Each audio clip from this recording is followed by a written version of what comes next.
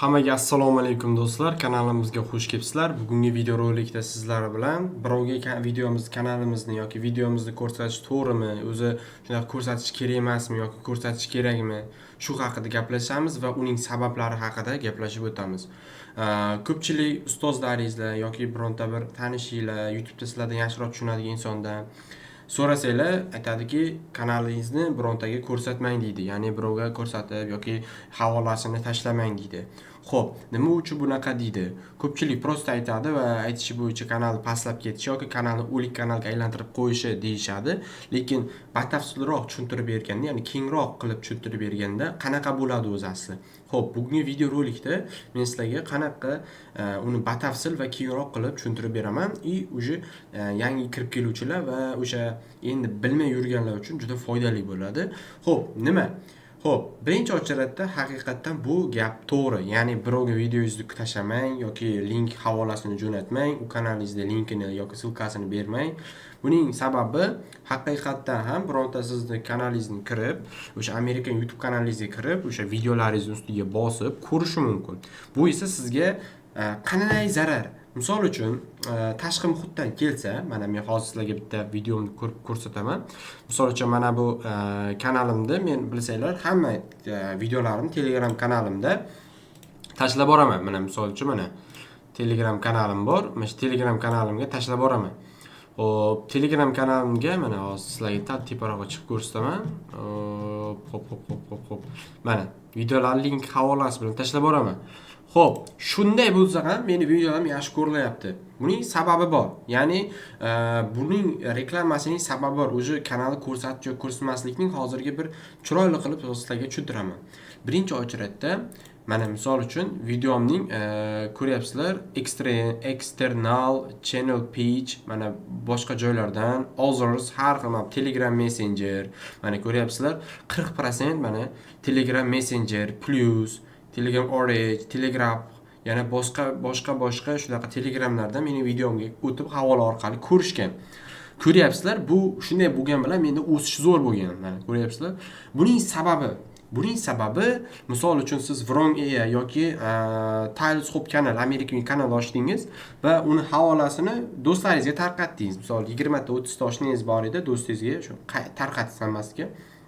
Do'stim videoni ko'r, like bos dedingiz, ular kirishdi. Ular umrida Vrongga ko'rmagan yoki qiziqishmaydi yoki bilishadi-yu, boshqa qiziqishmaydi. Shuning uchun ham ular videomizni oxirigacha ko'rmaydi. Misol qanchadir muddat ko'radi, 1 daqiqa ko'radi, 18 minutlik videomizni 1-2 daqiqa ko'rib chiqib ketadi. Bu esa minus ishlaydi. Chunki ular bu videoga qiziqmaganligi uchun buni YouTube ijobiy ko'rmaydi, ya'ni pozitiv ko'rmaydi. Shuning uchun videomizda pastlash kuzatilishi mumkin. Shuning uchun ham misol bitta yo'nalishni tanlagandan keyin uni videoni boshqalarga ko'rsatmang. Chunki o'sha odamlar qiziqsagina ko'rsating. Misol mana meni kanalim, yaqqol misol, Amerika YouTube haqida har xil darslik qilyapman va bu darslarning ehtiyoj bor insonlar meni Telegramimda bor. Ular shu videoni qiziqishib, misol 6 daqiqalik videoni ko'rishyapti. Qanchadir muddat ko'rishyapti. 3 daqiqa ko'ra, 4 daqiqa, chunki tushunib olishguncha, bilib olguncha yoki oxirigacha ko'rishyapti. Bu esa ijobiy plus tomonga hal bo'ladi. Bu narsani ham bitta joyda sinab ko'rganman. Shu yoz oylarida Roblox kanal qilganimda Discord degan o'sha sayt orqali bu bitta gruppa, shu gruppa, xuddi Telegram o'sha gruppada Robloxning muxlislariga shu videolarni tashlaganman, havolasini tashab qo'yganman. Ular kirib ko'rishgan, ko'proq ko'rishgan, sababi ular qiziqishadi, tushunyapsizlarmi? Mana misol mana bu videoga qiziqishyapti, shuning uchun ham u video odamlar boshqa joydan, Telegramdan, boshqa joylardan, plusdan farqi yo'q, qayerdan kelsa ham plusga ishlab ketyapti, menga ijobiy bo'lib ketyapti. Ijobiy signal bo'lyapti. Lekin misol boshqa qiziqmaydigan insonlar ko'rsatsangiz, u minusga ishlaydi. Misol uchun siz ukangizga yoki kimdirga yoki oshnangizga bu videoni tashlab bersangiz, oshnangiz Vrongga yoki GTA yoki qanaqadir animationga qiziqmaydi. Sen kirib yo'l like bos, qanchadir muddat ko'r dedingiz, baribir u odamni siz boshqara olmaysiz. U kiradi, 1 daqiqa ko'radi, zero chiqib ketadi. Hozir odamlar o'zi ancha sabrsiz, shuning uchun sirasi kirib chiqib ketadi. Shuning uchun ham u minusga ishlab ketadi. Auditoriya o'zgarib ketadimi? Ya'ni O'zbekiston auditoriya bo'lib ketadimi degan savolga Ba'zi hollarda bo'ladi, ba'zi hollarda bo'lmaydi bu narsa. Endi qancha odamga tavsiya qilgan, ko'rsatganingizga bog'liq. To'g'ri, algoritm buni o'zbekistonliklar uchun ekan deb ko'rsatib ketishi ham mumkin. Meni ham bo'lgan. Videolarni har xil mashina bozor, boshqa bozor, ya'ni nimadirlardan, do'kon shunaqa narsalarni qilagan blogerlarni, vaynlarda keladi birlikda Amerika YouTube kanalimga video. Chunki bu narsa shunaqa bo'lganki, havolani shu bir narsa qilganman, tarqab ketgan. Shunaqa bo'lib tarqalgan, xullas. Shunaqa O'zbekiston ko'rib ketgan. Xo'p, bu narsani sizlarga tushuntirib o'tdim. Demak, tushunishinglar bo'yicha o'sha qiziqadigan inson bo'lsa agar videomizga albatta uni oxirigacha ko'rsin. O'zbek bo'lsa ko'rsatish hojati yo'q. Amerika YouTube'da, maslahatim, Amerika YouTube'da hech kimga videolar ko'rsatmanglar. Endi qanaqa? Misol menga tashlasalar, men ko'rishim mumkin. Kirib, lekin men videolar ustiga bosib kirib ketmayman. Ko'rsataman, prosta ko'rib beraman. Ko'pchilik havola tashlashdan qo'rqishadi. Mana shu narsaga bir oydinlik kiritish maqsadida videorolik bo'lyapti. O'zi asli, chunki bittasini so'rasangiz, xuddiki kanaliga kirsangiz, uning kanalini bitta videosi ustiga bosib olsangiz, tamom, O'zbekiston auditoriya bo'lib ketadi, kanali ko'lik kanalga aylanib o'lib qoladi. U to'g'ri, sabablar shunga olib boradi. Baribir endi, misol tushungan inson uni qilmaydi. Endi bironta chiqarish inson bo'lsa, kirib videozni ozroq ko'rib chiqib ketishi, like bosib tashlashi yo o'zbek sila deb yozib yuborishi mumkin. Chunki menda ham bo'lgan. Amerika YouTube kanalim obzorida shu kimdirlar kirib o'zbek sila deb yozgan. Mana ko'pgina hamma videodan xuddi shunaqa o'sha tarqatganman. O'sha Telegramda reklama qilganman. Mana misol uchun mana bu videoga e'tibor beringlar. Mana 49% boshqa sayt apps ya'ni o'sha ilovalardan kelib qo'shilib kirib ko'rishyapti mana. Veb-saytlardan kelib qo'shilib ko'rishyapti. Xuddi shunaqa mana eksternal ko'ryapsizlarmi? Ko'p. Bu endi nima? Boshqa joylardan, saytlardan kelayotgan, mana shunaqa narsalardan kelayotgan insonlar. Va browse features yaxshi. Browse features shu har xil kanalning videodan keyin chiqadi yoki glavniy chiqadi. Har xil bu yoqqa kirib ketadi ancha-muncha har xil. Xuddi shunaqa har xil joydan ko'rilyapti.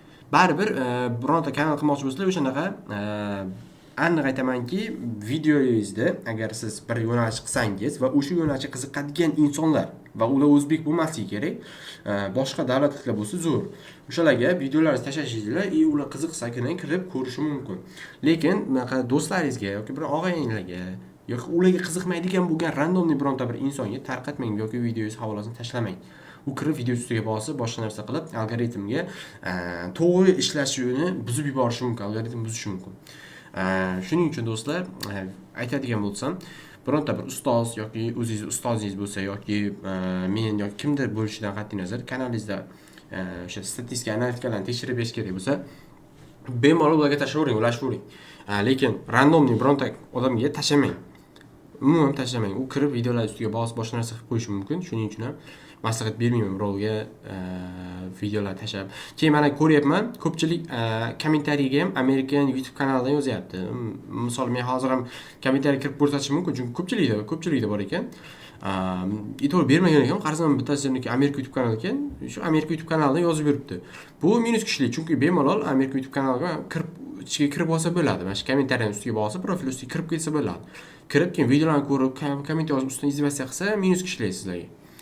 Shuning uchun ham do'stlar, birovga videoingizni tarqatishdan oldin u kimligiga va u ustoz yoki sizning o'sha yordam beruvchi insoningiz bo'lsagina unga tarqating. Ishonsangizgina va u ishonchni oqlash zarur. Video ustiga bosmasligi, havolani tarqatib yubormasligi bu обязательный shart. Uni o'tkazib boshqa narsa qilish mumkin emas. Va kanalingiz haqiqatan hech kim tarqatib yubormang, tamom boshqa ish qilish mumkin emas. Agarda u foydali va u uchun foydali, ya'ni misol uchun ta'lim sotuvchi uchun foydali bo'layotgan bo'lsa, bemalol videoni ko'rsatishingiz mumkin u insonga, u kirib bemalol ko'rishi va qanchadan butun ko'radi, chunki baribir qiziqadi. Mana yaqin misol sifatida mana men ushbu videolarni sizlarga statistikalar bilan hammasini bosib ko'rsataman. Garris Mod video bo'lsa, mana ko'ryapsizlar, 9,5 ming impression bo'lyapti. Baribir menda misol Telegramda 1800 inson bor. O'sha vaqtlarda 1800-1700 edi. Mana browse features baribir birinchi o'rinda turibdi. Baribir mana 800 ta video bor, videolardan keyin channel page, kanalning glavniy qismidan eksternal mana 15% baribir mana 15. Telegramdan o'tib kelgan. 50 milli Telegram, Messenger, to'da xullas hammasi. Xo'p, hammaga rahmat. Sog'-salomat bo'linglar do'stlar. Telegram kanalimiz bor. Telegram kanalimizga o'tib obuna bo'lib qo'ysanglar, cho'tki ish belardi.